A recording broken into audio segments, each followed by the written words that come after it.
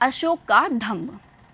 जब अशोक युद्ध को देखकर बहुत विचलित हो गया तो उसमें परिवर्तन आने लगा और उसने अपना सारा ध्यान लोगों की भलाई और खुशी में लगाना शुरू कर दिया। उसने यात्रियों की सुविधा के लिए जगह जगह विश्राम गृह बनवाए और जो मरीज होते थे और पशुओं के लिए चिकित्सालय तो आप लोग जानते ही होंगे, अस्पताल, हॉस्पिटल्स, जहाँ पर उनका इलाज किया जाता था। तो अशोक ने यात्रियों के लिए, उनकी सुविधाओं के लिए विश्राम गृह और मरीजों और पशुओं के लिए चिकित्सालय बनवाए। उसने स्तंभ बनवाए। स्तंभ का मतलब होता है खंबा। आप चित्र में देख रहे हैं, ये एक बड़ा सा खंबा है और इसके ऊपर एक सिंह बैठा हुआ है। तो अब उसने अपने राज्य में जगह जगह खंभों के ऊपरी सिरों पर कहीं बैल तो कहीं हाथी और कहीं पर सिंह यानी कि शेर बनवाए। और उसने शिलाओं और गुफाओं पर भी संदेश खुदवाए। उसने जो वहाँ जो चट्टानें होती थी, शिलाओं का मतलब बड़ी बड़ी चट्टानें होती थी, और जो गुफाएं होती थी उनमें धर्म से संबंधित बहुत सारे अभिलेख खुदवाए। यहाँ आप एक शिला पर एक अभिलेख खुदा हुआ देख रहे हैं, जिसमें आप देखेंगे तो ऊपर देवान प्रिय लिखा है और प्रियदर्शी लिखा है। तो ये भी अशोक के ही नाम हैं, क्योंकि अशोक को देवों का प्रिय कहा जाता था, तो उसको देवान प्रिय और प्रियदर्शी नामों से भी जाना जाता है। अशोक का धम्म। धर्म को पाली भाषा में धम्म कहते हैं। तो धम्म का मतलब धर्म हुआ। वे स्वयं राज्य में दूर दूर की जगहों का दौरा करता था और उसने अपने राज्य में जगह जगह चट्टानों व लंबे सुंदर चमकते हुए पत्थरों से बने खंभे गड़वाए, जैसा कि अभी हमने आपको चित्र में भी दिखाया था। इन खंभों पर वहाँ के अधिकारियों और लोगों के लिए संदेश भी खुदवाए, ताकि लोग उसकी बातों को ध्यान दे सकें। उन्होंने यह संदेश लोगों की बोलचाल की भाषा यानी कि प्राकृत भाषा में लिखवाए। तो बच्चों, अशोक के समय की भाषा कौन सी थी? प्राकृत भाषा। तो इस तरह से उसने धर्म का प्रचार किया। चट्टानों व खंभों पर खुदे उनके संदेशों से हम उनके समय की कई बातें जान सकते हैं। चलिए कुछ हम संदेश पढ़ते हैं। हर किस्म के लोगों पर युद्ध का बुरा प्रभाव पड़ता है। इससे मैं बहुत दुखी हूँ। इस युद्ध के बाद मैंने मन लगाकर धर्म का पालन किया है और दूसरों को भी यही सिखाया है। अशोक ने जब कलिंग का युद्ध लड़ा तो उसे समझ में आया कि युद्ध का परिणाम बहुत ही भयावह होता है और सभी लोगों पर, चाहे विरोधी पक्ष के हों या उसके पक्ष के हों, दोनों तरफ के लोगों पर युद्ध का बहुत ही बुरा प्रभाव पड़ता है। और उसके बाद उसने मन लगाकर धर्म का पालन किया और दूसरों को भी सिखाया।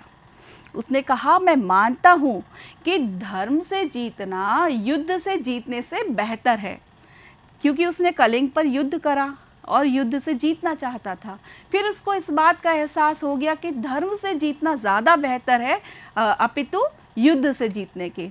मैं यह बातें खुदवा रहा हूँ ताकि मेरे पुत्र और पौत्र भी युद्ध करने की बात ना सोचें और धर्म फैलाने की बात सोचें। तो उसने ये संदेश किस लिए खुदवाए? अब आप समझ ही गए होंगे, उसने ये संदेश इसलिए खुदवाए कि उसके बाद की जो उसकी पीढ़ियां हैं, उसके बाद के उसके पुत्र और पौत्र हैं, वो भी इन बातों को जाने और कभी भी अपने जीवन में कोई युद्ध ना करें। धम्म महामात्र।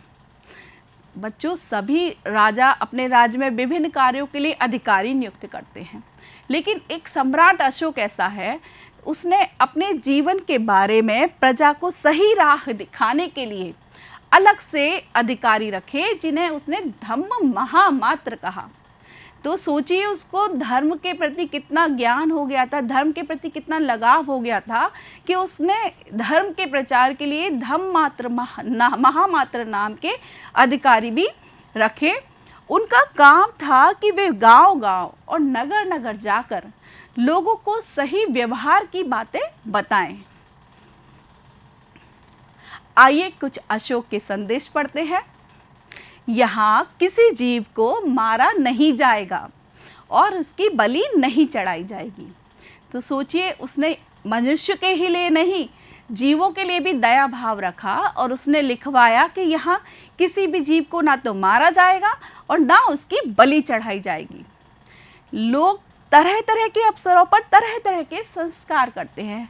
हम सभी लोग करते ही हैं, कभी कोई त्यौहार मनाते हैं, कभी सभी धर्मों के लोग अपने अपने धर्म के अनुसार अलग अलग संस्कार करते हैं, त्यौहार मनाते हैं। लेकिन अशोक ने क्या कहा, ऐसे धार्मिक संस्कारों को करना तो चाहिए, पर इनसे मिलने वाला लाभ कम ही है। तो देखते हैं उसने किस चीज़ को करने में लाभ की बात कही है। उसने कहा कुछ संस्कार ऐसे होते हैं जिन्हें ज़्यादा फल मिलता है, जिनसे ज़्यादा फल मिलता है, और वे क्या हैं? जैसे दास और मजदूरों से नम्रता का व्यवहार करना चाहिए। तो उसने कहा जो भी दास हैं, मजदूर हैं, छोटे लोग हैं, गरीब हैं, उनके साथ हमें नम्रता का व्यवहार करना चाहिए, मृदु भाषा में बोलना चाहिए, बड़ों का आदर करना चाहिए, जीव जंतुओं पर दया करनी चाहिए और गरीबों को दान देना चाहिए आदि। ये उसने संस्कार बताए जो कि धार्मिक संस्कारों से ज़्यादा बेहतर हैं और इनसे ज़्यादा फल मिलता है। आपको कुछ बातें और जाननी है। देखिए, अशोक को एक महान शासक कहा गया है। तो ऐसा क्यों है कि अशोक के लिए महान कहा जाता है, जबकि अन्य शासकों के लिए इस शब्द का प्रयोग नहीं किया जाता है?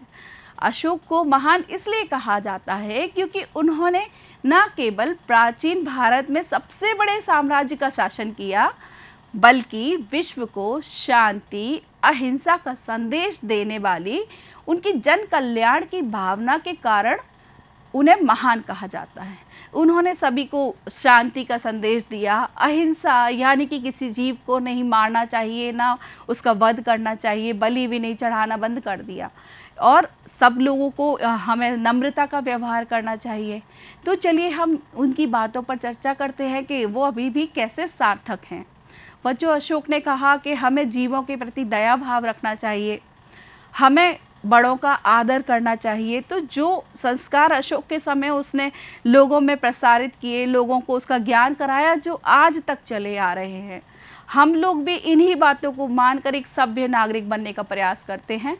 हम सब लोग अपने बड़ों का आदर करते हैं, हम सभी जीवों के लिए दया रखते हैं और एक दूसरे से नम्रता का व्यवहार करते हैं, गरीबों को दान दिया जाता है।